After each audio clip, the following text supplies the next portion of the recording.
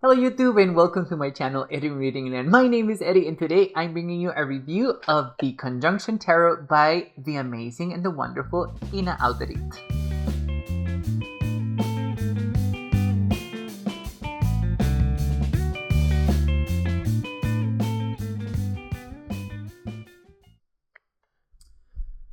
Okay guys, like I said in the introduction, I am going to review the Conjunction Tarot by Ina Auderith, and one of the first things that I wanted to show you is this really big book that does not come with the tarot. It comes with a small guidebook.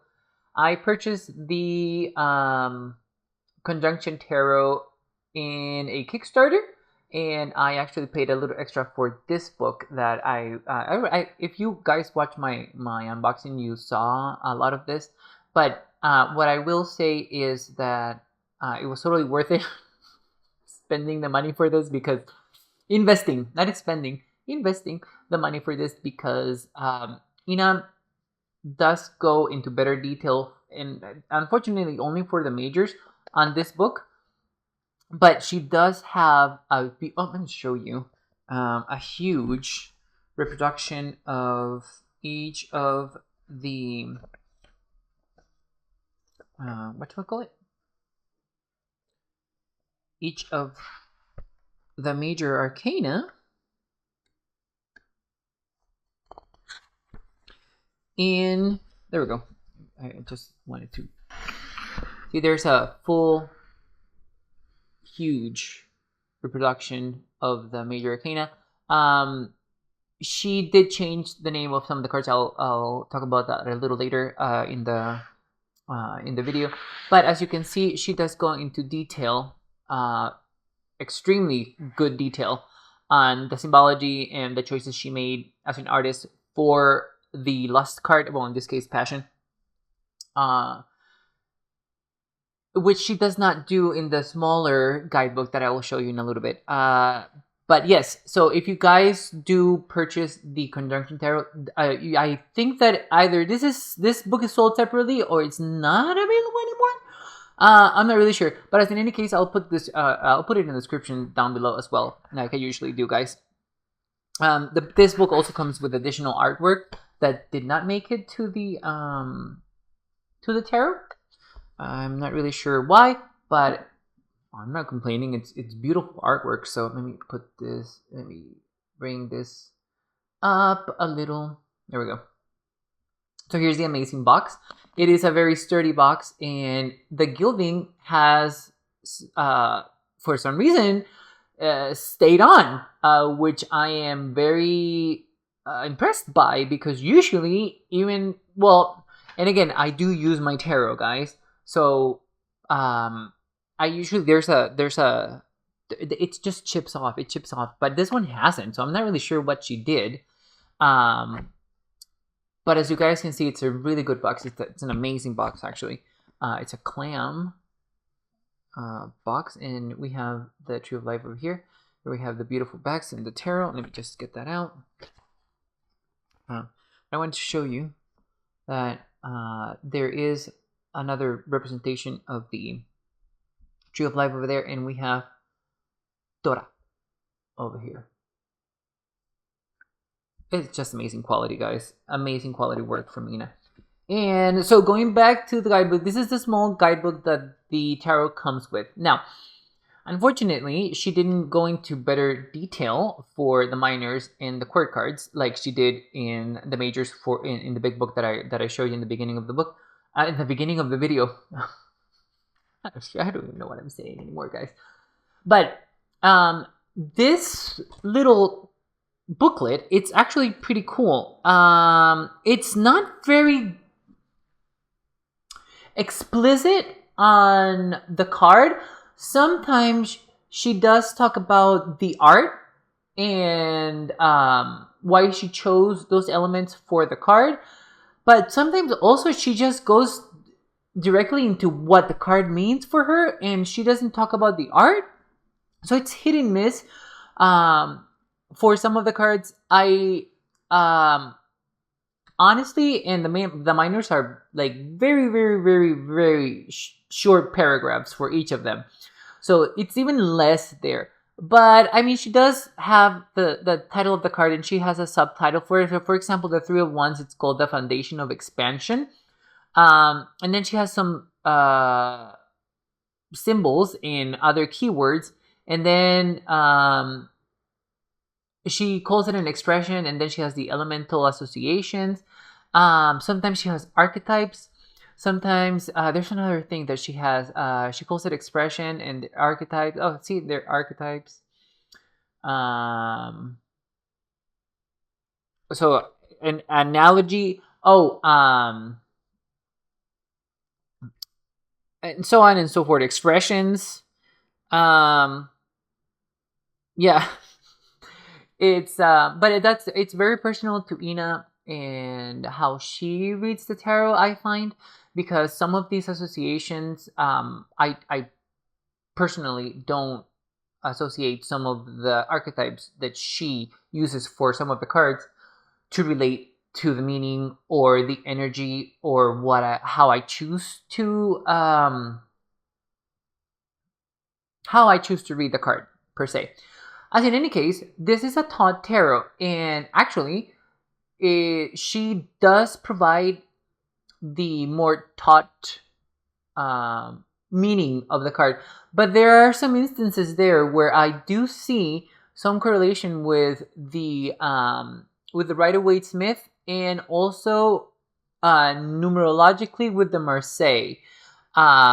So it's a mishmash. Well, maybe I should show you the cards while I'm talking about it. But let's talk about the art then. The first thing that I want to say is that these backs are beautiful. She does not talk about the backs of the card in either the little book or the bigger book of the tarot. It is gilded, and it's been holding off pretty well. I think it was a missed opportunity for Ina to talk about the backs of the card. I'm not really sure if she does have a blog or a video or anything on the backs of the card, but this is gorgeous. It's one of those things that I wish I would know what's going on here, because it seems that there's a polarity. Well, no, not it seems. There is a polarity happening in the back of this card. But it feels as though that the polarity is actually releasing and absorbing energy both at the same time, which I find extremely fascinating. And you guys know that I love spirals, so there's that. There's this little shell over here, and we have the moon and we have the sun, which I also adore. I love seeing the sun and the moon in the cards. In snakes, of course. You guys know that snakes is also one of my favorite symbols that show up in the tarot. The pillars are fine.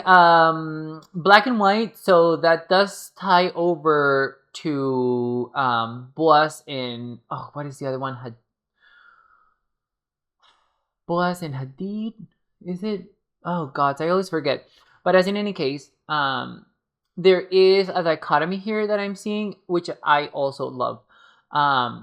But I do wish that she would have written about it so that I would know what the hell this all means, and why did she choose it as the back for the conjunction tarot. Oh, okay, maybe this is astrological. I just got that, guys. Mm-hmm. It is astrological. It is an astrological conjunction. That's what it is. That's why there's energy being absorbed and released at the same time. Okay, never mind. Apparently, if you do have a little knowledge of astrology, you will get it eventually. But yes, so as in any case, guys, this is a darker, more monstrous, actually, no, monstrous, eerie, meticulously detailed version of the Taunt Tarot that I just completely love. The fact that it has such a muted and it's almost monochromatic, but it isn't. muted colors and almost as a monochrome is just amazing. I love the golds, and in contrast with the black and white. That it's just so good. I love it so much. The deck is incredibly intricate. I am in awe of all the work and the detail that was put into these cards. I mean, it did take Ina 9 years, guys, to finish this tarot, and you can definitely see why.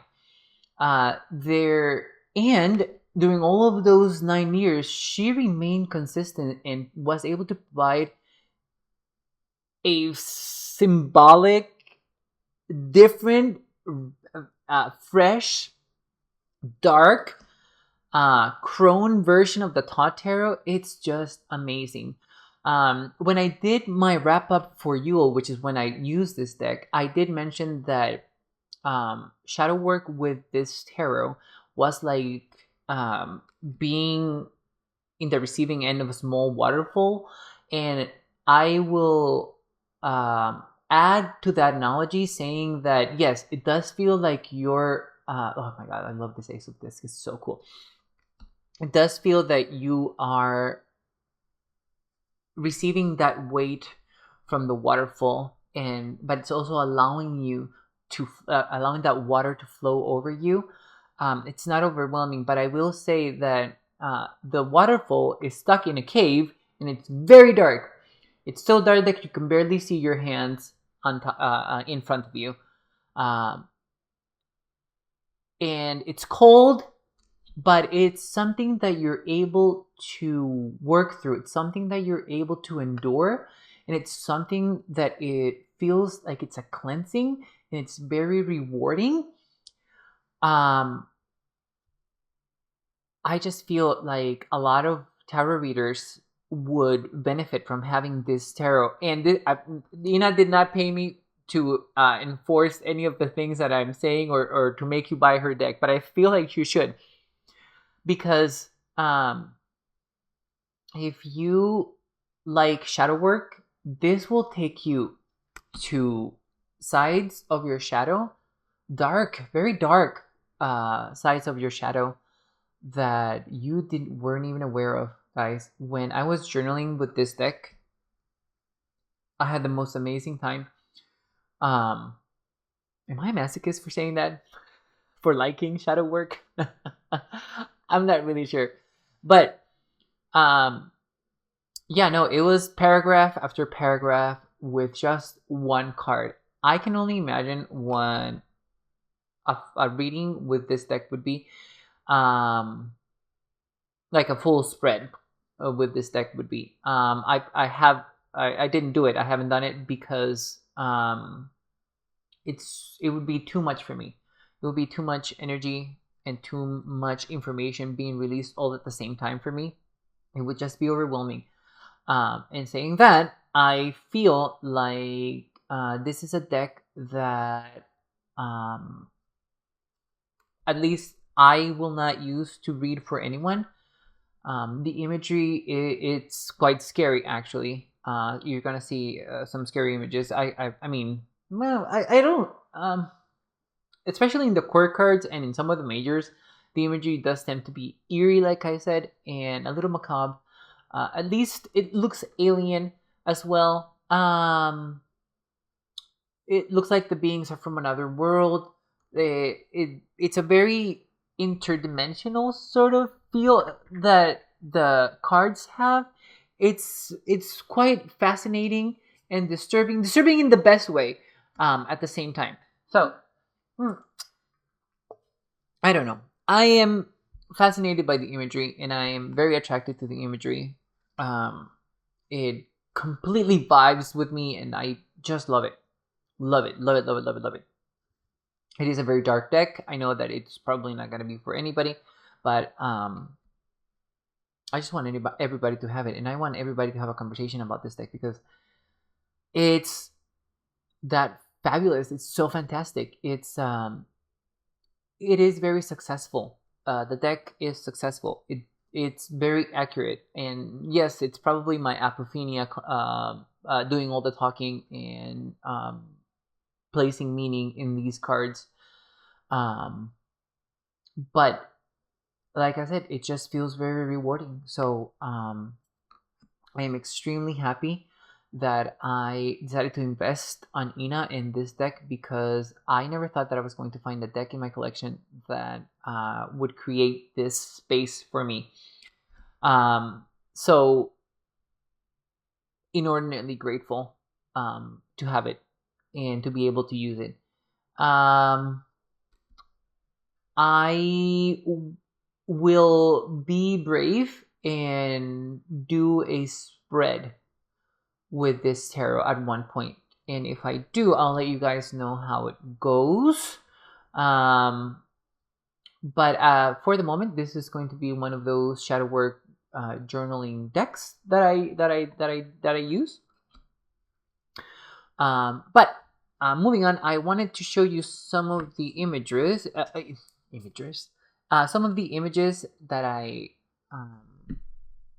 set aside for you, and the reasons why. So, like you guys saw in the beginning of the video, there were some name changes for the cards, and instead of lust, we have passion, which is fine. I don't mind. Passion, lust, not the same thing. But I can see the relation, and it's not. It doesn't pull me out of. Well, not that these names do that either, but there's some. There's more. It vibes better. The name change vibes better with lust, passion, strength. I'm good with that. And let me show you. This is the Justice card, and this is the Chariot. As you guys can see, they're gorgeous images, and I mean, it has one of my favorite gods over here, and that's Anubis. Anubis is one of my favorite gods. I really like him. Fascinating mythology, but I'm not gonna talk about Anubis because I'll be here, and that's another video all on itself.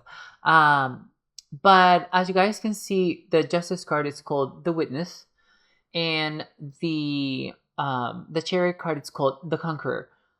Now, Ina does explain that for this card, she named it the Witness because Anubis is witnessing your experience after you die, and he is going to decide whether you get eaten by, oh gods, what is that monstrous being in the Egyptian mythology where if you do not make it, if your heart is not level with the feather of Ma'at, you get sent to that monster that looks like an alligator and a hippo at the same time. But as in any case, so the reasoning behind that was because Anubis is witnessing your life. It's witnessing your change and your development. I have to say that I don't relate the Justice card, especially not from the Thoth Tarot, because if we remember, the Thoth name for justice is adjustment, and there's a slight difference between justice from the Rider-Waite-Smith and adjustment, right? In the adjustment card in the Thoth Tarot, we see ourselves making these changes, adjusting the scales so that they are level. Versus the justice in the Rider-Waite-Smith, where she acts more like a judge, right?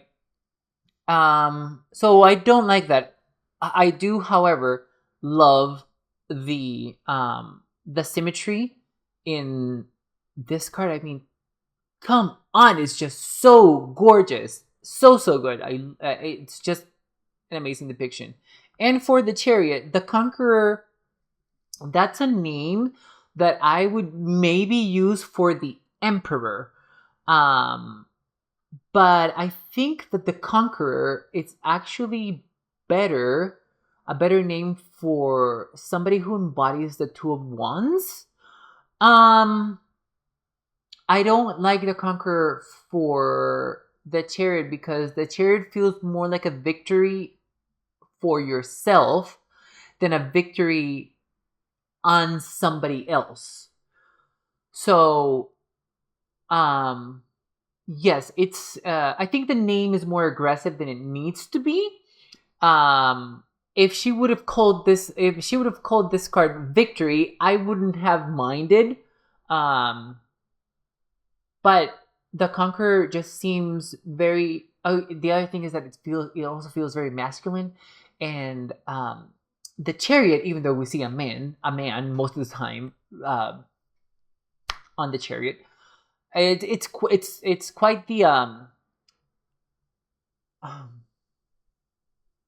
I was gonna say feminine card, but now that I think about it, it's to me, I like depictions of the Chariot when it's moving, and but I don't know. It's just it doesn't feel right. It doesn't feel right. I don't think that the person in the Chariot goes and conquers. I think that's something that the Emperor would do, or somebody with the Two of Wands energy would do.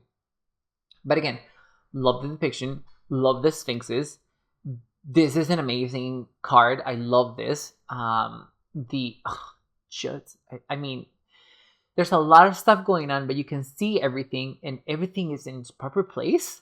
And there is movement over here with these worlds that are coming out in the background of the card. It's just amazing depictions. It's just the names that I'm not very in agreement with. That's what I mean. Okay, so and then I'm gonna show you the only card in the deck that I don't particularly like how it's described, and even the depiction of the card. So this is the Knight of Discs. In the last part of the video, you're going to see the quirk cards, and you're going to see that there's something off about this. So Ina talks about this card as being a conflict between light and darkness, and she says that the light is the unicorn and the darkness is the snake. She also says that this woman figure over here is Mother Earth, being incorporated into the Knight of Discs to sort of represent this worldly fertility. And also we have the fox, who she equates with the fool. And there's other symbols over here of a king, like the throne and the this is a throne, and this is a crown over here. But this whole scene is supposedly inside a cave, and the meaning of the card, as per what Ina wrote, deals more with conflicts that you have within yourself, and like the conflict between light and darkness. I don't equate the Knight of Discs with that, and I actually reread the Book of Thoth by Aleister Crowley, and I wanted to remember what he wrote about the Knight of Discs, and it's absolutely nothing to do with that at all. So I'm sure what happened here is that Ina depicted the Knight of Discs as her own personal meaning for the card, and this is how she depicted it for herself, and which is fine, I guess. The only thing that it is very confusing with the associated meaning of the Knight of Discs. So when I did get this card for when I was journaling, and I was like, I knew I was gonna get it at one point, and it was towards the end of the Yule period, and I was like, of course I got it towards the end because I need to talk about this card, and I want to say the reasons why this is not, and what I wrote was correct in parentheses, because the fact that it's not correct to me doesn't mean that it's not correct to Ina. And my feedback is the following: this is a deck that other people will use or are using right now, and when you get this card, and this is the only card that I have a problem with, it's very jarring to have a preconceived idea of what the Knight of Discs is, and then not being able to see it here at all. I guess that's the only thing that I'm gonna say about it. But it is beautiful. I mean, the fox, the snake, the woman, and the unicorn are just beautiful. I love the checkered pattern. I love the fact that we sort of can see that we're in a cave. That would have been great. But yeah, I think that, I mean, from 78 cards in, this is the only one that I don't like. I guess it's, and it's not like I can't appreciate the detailing and how beautiful the unicorn, the snake, the fox, the woman, and every other detail that she has over here. It's not that it's beautiful, it is. But as in any case, moving on. So let me show you, and here we have the Two of Wands. I wanted to show you guys the twos, the Two of Cups, the Two of Swords, and the Two of Discs. It's so amazing to me how she's able to depict polarity in so many different ways and still keep the meaning of the cards. It's it's just so good. She definitely, I know that she did, because well, you can even read it on the small booklet. She definitely researched. She knows about occult symbology. She has immersed herself in the culture, the symbols, everything, the Todd Tarot. You can see all of that here. But I particularly like when artists are able to depict very well polarity for the twos, because numerologically that's how I prefer to read the twos. But these are just so beautiful, guys. I mean, I can't imagine the amount of time that these cards specifically would have taken her, because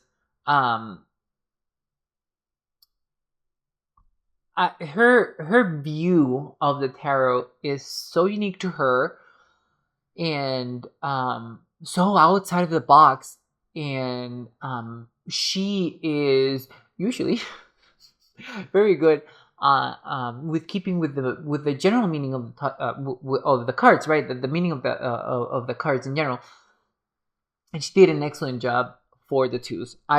It's amazing. But then I also wanted to show you guys the beautiful devil card, and here we have the devil. There's a lot of things to talk about the devil, but the one thing that I want to talk about was the fact that here in these curtains, or these veils, she does say curtains, we see a lot of different languages being portrayed here. We have Chinese, we have Spanish, we have German, English. There's various languages.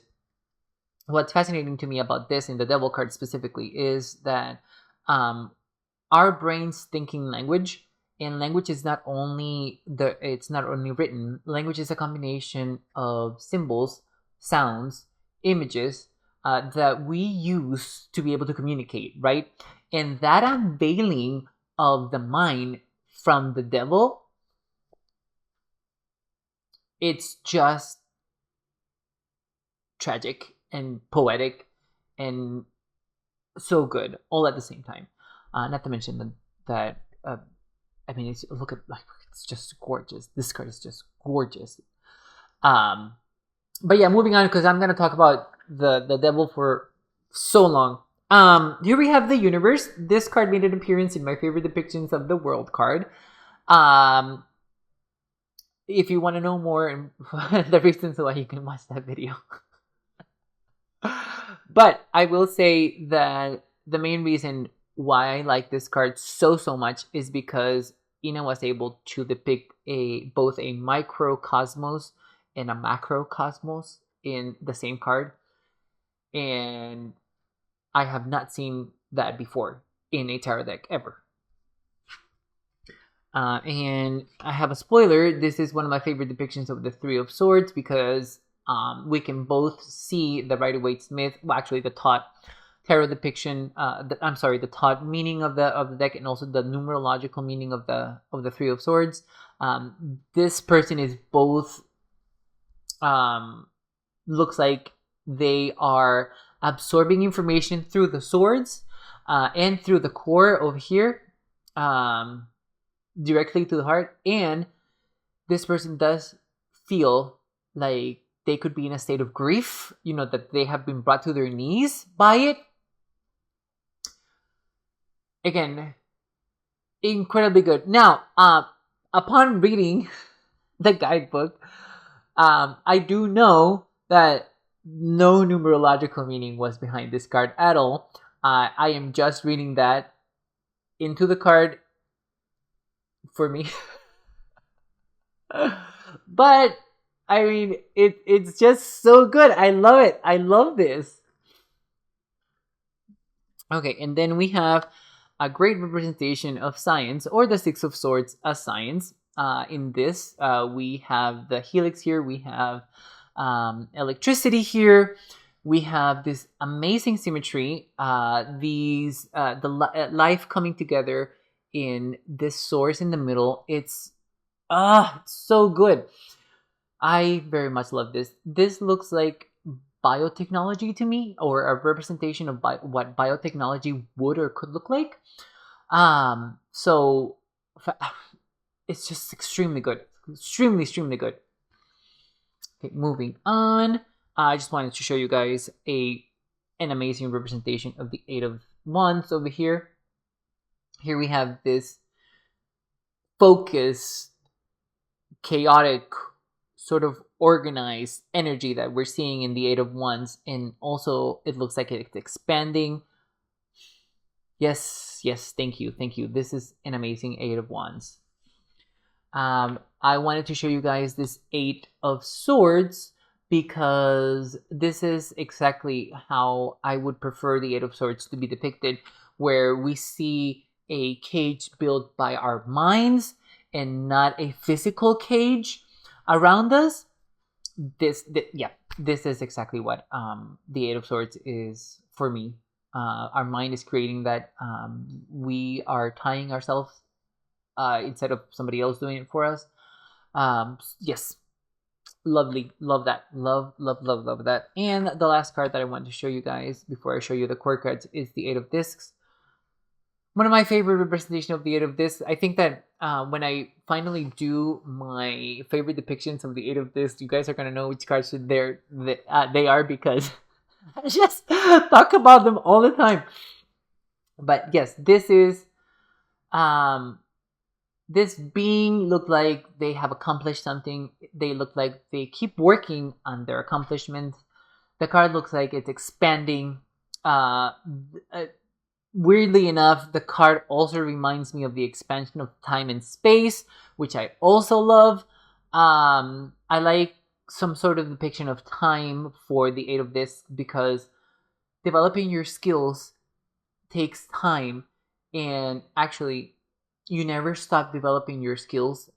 You always progress, and you always flow with your skills, and that's how you become a master. When you're able, in my opinion, when you're able to carry on using your skills in your day-to-day, when it's almost automatic, that's when you become a master.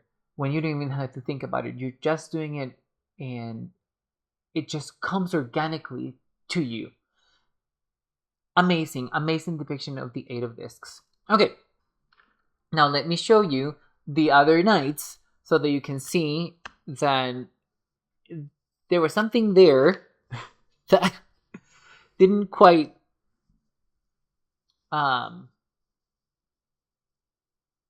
match with the Knight of Discs. You see how these knights, they sort of have a feeling to them like they belong together? I don't know what happened with the Knight of Discs, guys. Seriously. These knights are awesome. The separation of the mind from the body. The emotional depth of your feelings. And the energetic release of your passion and your imagination and your creativity. It's This is beautiful. It's monstrous, yes, but it's so beautiful. So I'm not really sure what happened to the night of this. I don't know what went out there, but love these. Love these. Let me just put them over here for you guys, and let me show you the queens. Oh, I'm sorry. Yeah, no, the queens. I'm gonna go with the queens. Here's the Queen of Discs. Isn't she beautiful? Now the queens also they are related to certain archetypes. I'm not gonna go over all of them because sometimes the queens have more than two, sometimes even four different archetypes and different goddesses that she based them on. But I'm sure that you guys can see Medusa here. Yeah, and you can see the mother of monsters, Tiamat. That's her name, Tiamat here. But you can also make an argument for many other primal goddesses as well. Maybe Lilith. We do have. Oh, here's the beautiful prince. I'm sorry, Queen of Wands. It's I relate the Queen of Wands to my mom every single time. Every single time I get it on, I always say, "Oh, something's up with my mom," and usually something there is there is something wrong with my mom. Here we have the princess. Here we have the Prince of Discs. I love the bull here. The princes. Let me show you guys. They do seem like they're stagnant in the core cards for the conjunction tarot, which is something quite different because we see the princes in their chariots, right, in the Todd tarot. But I'm not mad at this. There still seems to be some sort of energy being moved in the depictions, especially even here in the Prince of Swords. I love this Prince of Swords, by the way, guys. This is it's just, come on. The fact that he's giving us our backs and we're still able to, and there's still so much detail on the card, and we're still able to perceive the Prince of Discs, I'm sorry, the Prince of Swords, as this intellectualized investigator, going out into the world sort of being, and he's tied up, guys. He's tied up. It's puzzling, but it's puzzling in a very good way. And here we have the princesses, the very, very beautiful princesses. This Princess of Cups does remind me of her depiction of the priestess. There's some correlation there with the Princess of this. The Princess of Cups. Here we have the dancing Princess of Swords. Love that. That's been more prevalent with the Princess of Swords, that we have a dancer for the Princess of Swords. I love that. And here we have the Princess of Discs. So I just want to, there we go. So beautiful. So beautiful. But as in any case, guys, thank you so much for being here in this review of the Conjunction Tarot. I wanted to review this tarot as quickly as possible because I didn't want to lose the experience that I had with the tarot as the days went by, or I wanted to be able to express it in the best way possible and the most genuine way possible as well, especially after working with it.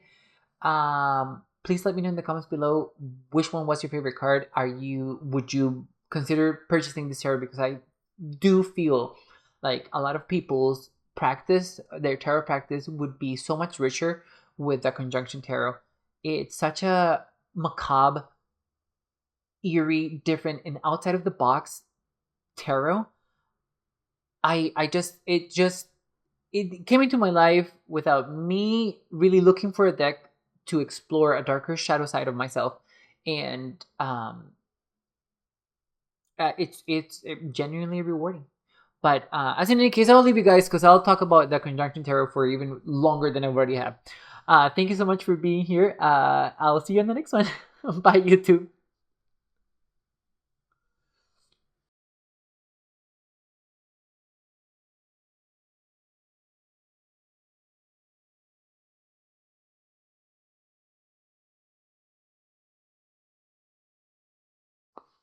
Okay, yeah, that was.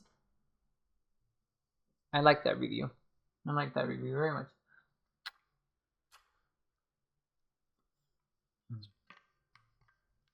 Usually, I like to stew on the tarots before I review them, but that's what it is. Um. Oh.